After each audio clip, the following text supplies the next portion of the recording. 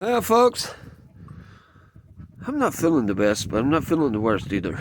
I'm working on the plumbing. Been working on it for like 10,000 years. Um, yeah. If you if you can't know if you don't notice, I'm tired of working on the plumbing. I want it to be fixed already, but since that's not going to happen, I just keep on plugging away. I still have a water leak under the house. It's at a T. It's at a transition between the PEX and the original gray Quest piping. So I think that's where it's at. And if that's where it's at, then the best thing I could do is just replace the Quest because that section of Quest is going to the kitchen. So that's a project down the road. I'm not gonna say it's a project for right now because I'm exhausted. I ain't done nothing, but I am gonna show a video here of me heat taping some of the pipe. Uh, it's not the most exposed, I guess, but it is part of the system that needs to be heat taped.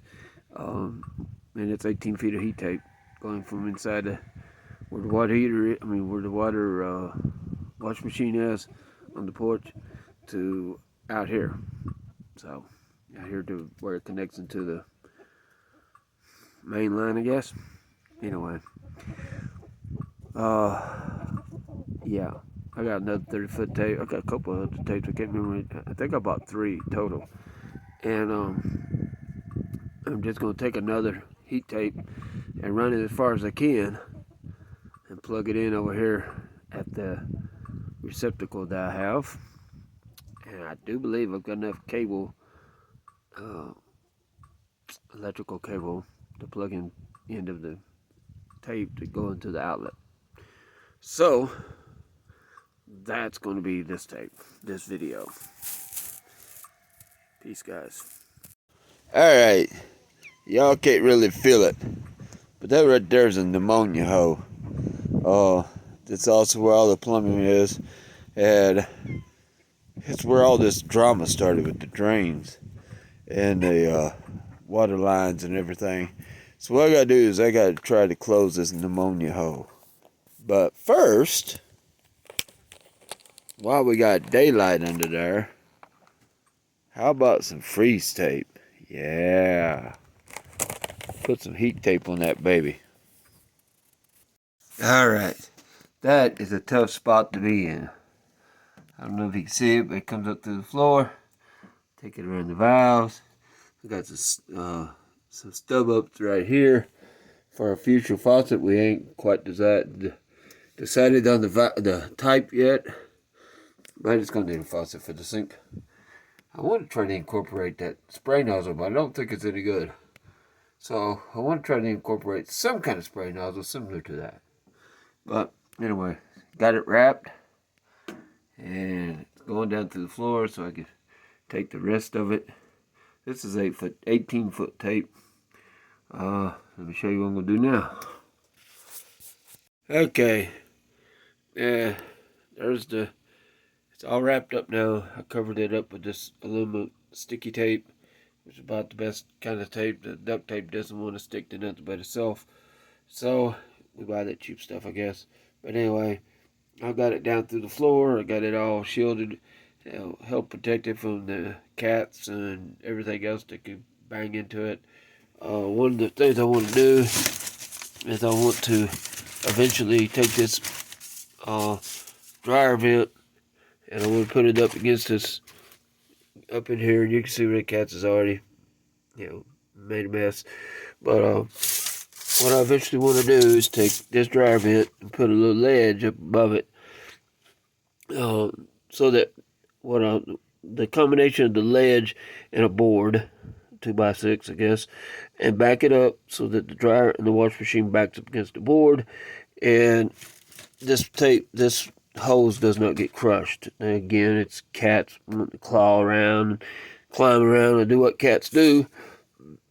This will get full of holes, and I'll have to replace it. And this is I think it's like a $30 kit.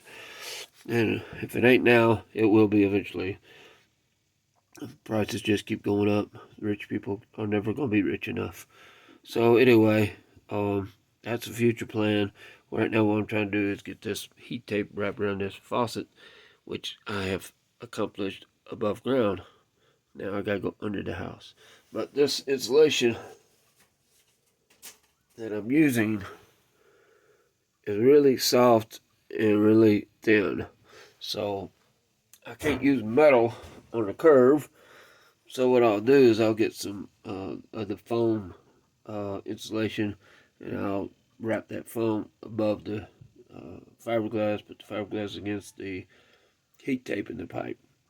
So yeah, that's what I'm going to do with that. Well, there's 18 feet of insulated pipe. Heat tape and insulated. I forgot one of the zip ties. It's there now. Oh, forgot to cut the tail off of it. So anyway, I'll show you something else. They ain't the prettiest drain connection. My pipes didn't want to line up. So I got a little bit of flexed hose in there, and I think it'll work. I think it will. I had that fitting right there that's metal. That one, I bought it in plastic. Couldn't get it tight enough.